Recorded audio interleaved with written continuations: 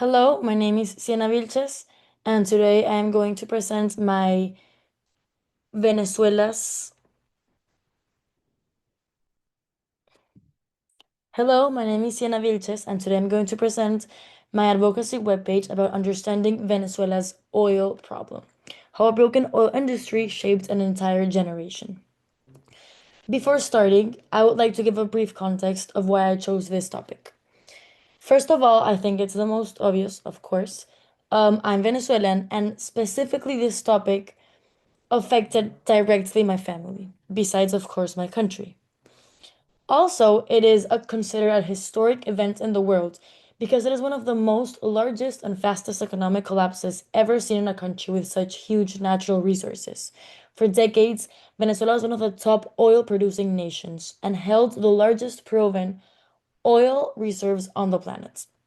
So, oil wasn't just important, but it was the foundation of the entire economy in the country.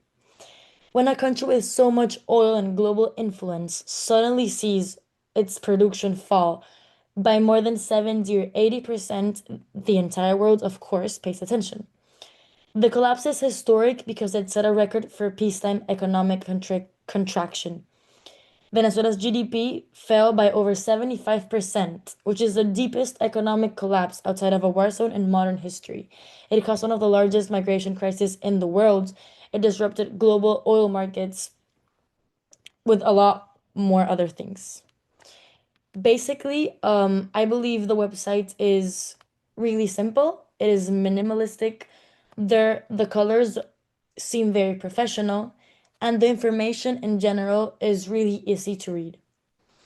Here, the button of Learn More drives you directly to the section of problem, and the Contact Us button, which is here on the upper parts, um, takes you to the lower part of the homepage, which has my contact information.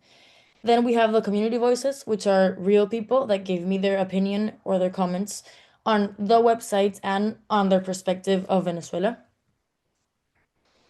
Then to the About section, here we have the statement of purpose parts, the about the author, and my introduction video, which goes a little deeper on the information of about the author. I also included a poem in Spanish that I made about Venezuela.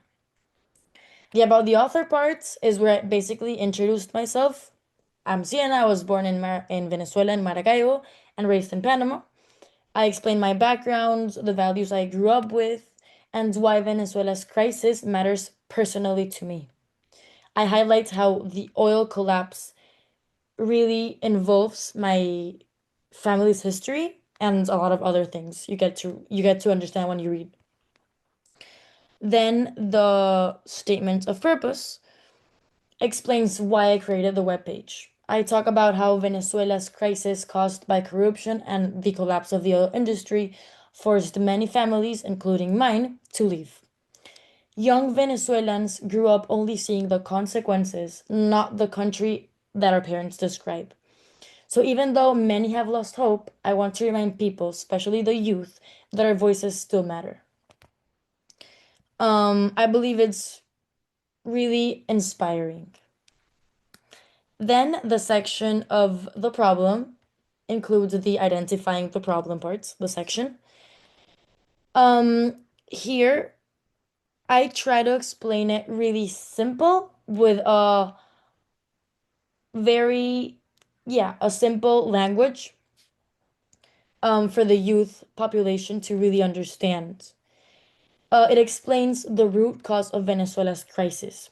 We grew up thinking that the situation was normal, but it actually comes from way behind of years of corruption and mismanagement in the oil industry. Since the government depended so much on the oil money to run the country, the collapse of production created basically a chain reaction: inflation, blackouts, job instability, and mass migration. I used research and statistics to show how badly production fell and how deeply it affected every Venezuelan. It is not that long, so I believe it's interesting. It doesn't feel like an exhaustive research. Then the impact. Here I talk about the oil collapse and how it directly affected people's lives. When the industry fell, hospitals, schools, electricity, and basic services fell too. This triggered one of the biggest migration crises in the world, separating families and leaving millions in poverty, inside of Venezuela and outside of Venezuela. I explained not only the economic impact, but also the emotional one. As I said before, our generation grew up hearing stories of Venezuela that we actually never got to live. It shows how the collapse affected stability, identity, and hope. Then, solutions. Here, it focuses on how experts, good to specify, believe that Venezuela could recover. Some solutions include depoliticizing PDVSA, diversifying the economy beyond oil, rebuilding infrastructure, increasing international cooperation, and fighting corruption. These ideas, of course, won't fix things overnight, but it gives a realistic path for rebuilding the country. It also is about showing that solutions exist and that change is possible eventually.